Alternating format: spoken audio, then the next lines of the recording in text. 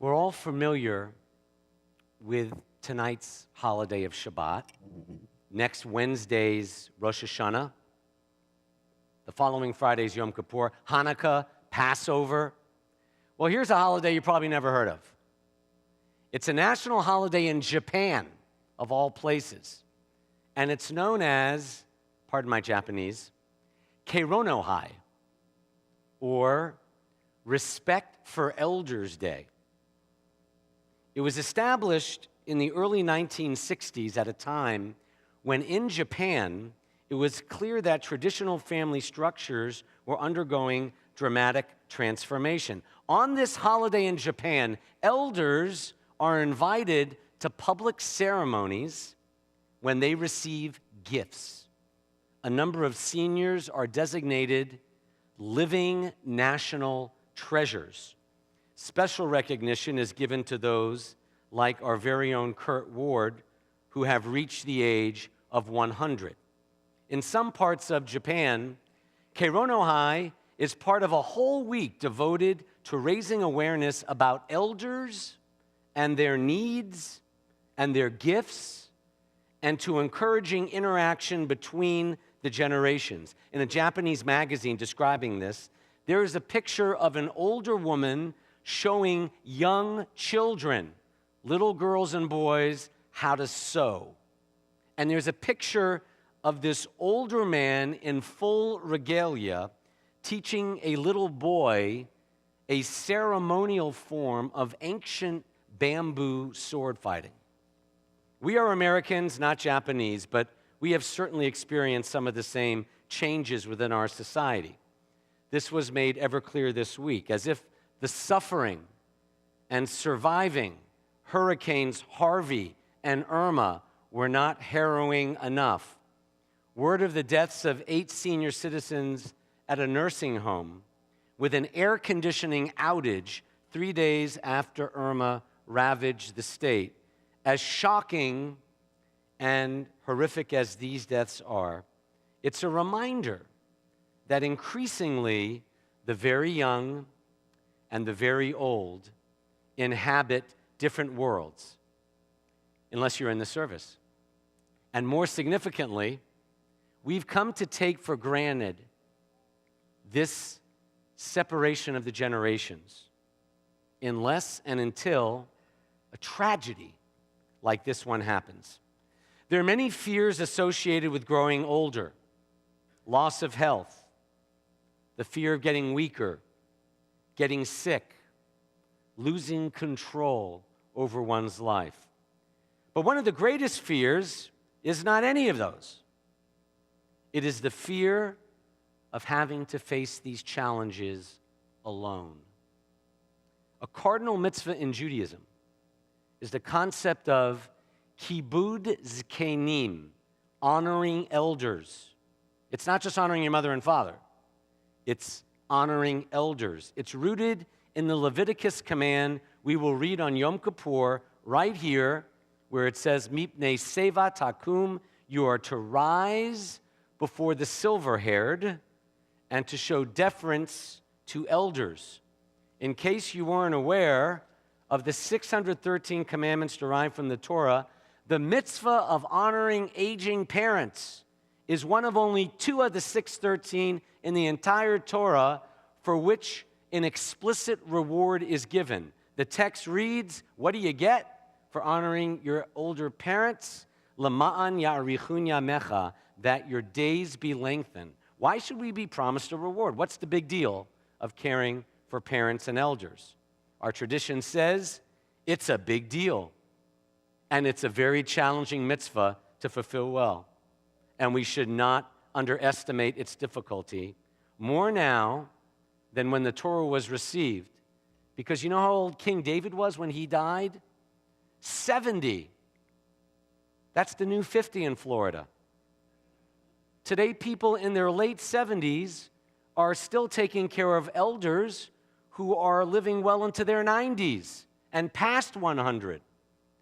For all the horrible stories out there about elder care, it has been confirmed that adult children nowadays provide more care and more difficult care to more older relatives over much longer periods of time than they did in the so-called good old days. Families today provide an overwhelmingly high percentage of medically related and personal care, household tasks, transportation, shopping, upwards of 80%. This is an astounding statistic, which is why proposed cuts in health coverage for elders is such a legitimate and critical concern for entire families, not just older folks. So why does the myth persist that the norm is children are abandoning parents and nursing homes like the one in Florida where the unspeakable happened is the norm? There's a great article by the gerontologist Elaine Brody, and I think she suggests why this myth persists. It persists because it speaks to a truth.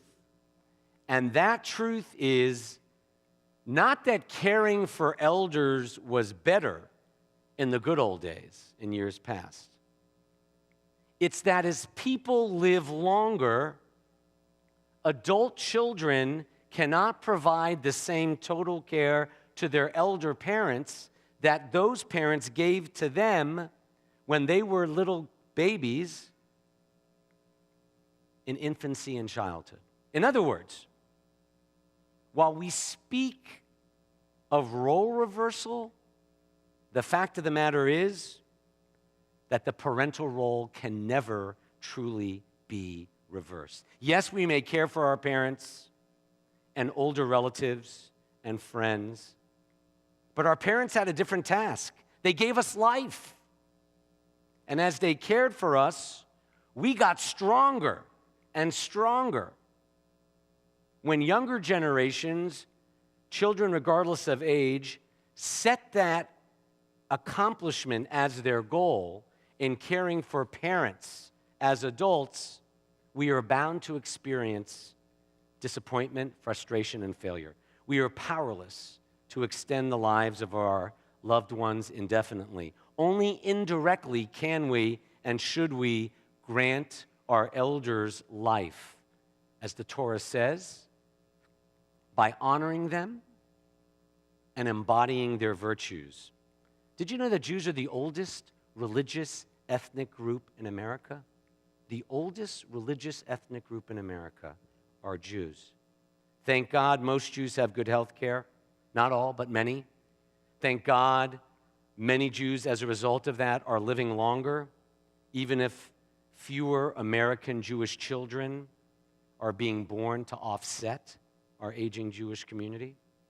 Thank God for Memphis Jewish Home and Rehab, Plow Towers, Town Village, The Village, Solana, and a plethora of senior living communities which give our living treasures the best life possible. No society in human history has ever had to think about how to support a significant part of its population for 3 or more decades after they have stopped working. Lifespan in 1900 was 47. Now people live 40 years after they stop working. The challenge of this irreversible demographic fact cries out for compassion, understanding, and I was so glad to hear the voice of a child, connectedness between the generations, not the separation. And that cry is deeply Jewish, because if there is one central principle that dominates the past 3,000 years of Jewish thought and communal practice, it's this in one sentence.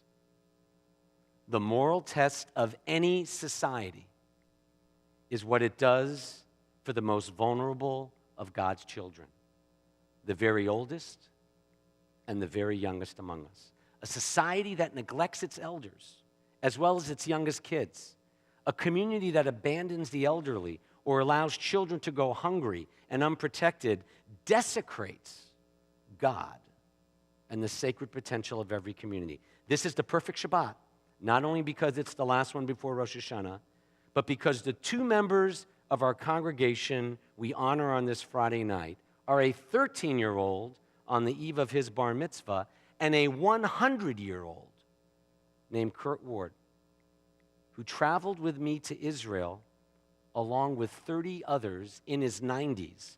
And I kid you not, he not only wore me out, he breathed more joy, more life, more spirit, more positivity into our temple group than participants I will not name a quarter his age. Before Rabbi Katie leads us in a sacred moment reserved just for tonight, a preview of Slichot tomorrow night, it is my pleasure to ask you, Curt, to rise as I will come to you in the spirit of Keronohai, because you are one of Memphis and Temple's greatest living treasures. I'd like to bestow a special blessing on your 100th birthday.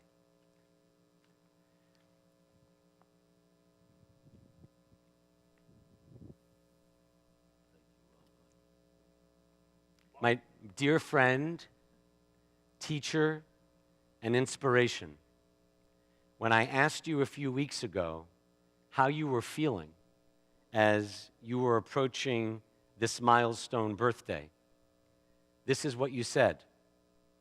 I'm looking forward to my 100th, Micah. This is a new experience for me. It's the first time in my life I'll be 100. Direct quote.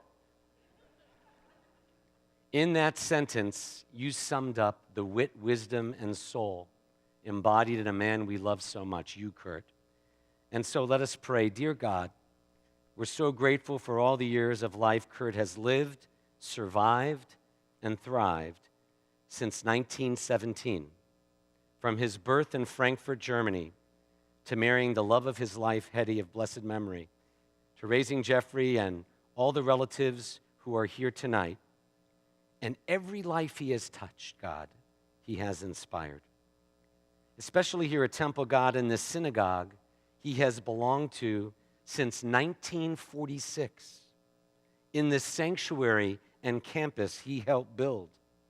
We celebrate Curt's milestone birthday as a Temple Israel community from generation to generation. Praise to you, O God, for the gift of these 100 years, years of laughter, years of tears, years of hope, years of fears, years in which Curt has taught everyone here how to live by the way he has lived, with grace, compassion, resilience, gratitude, and joy.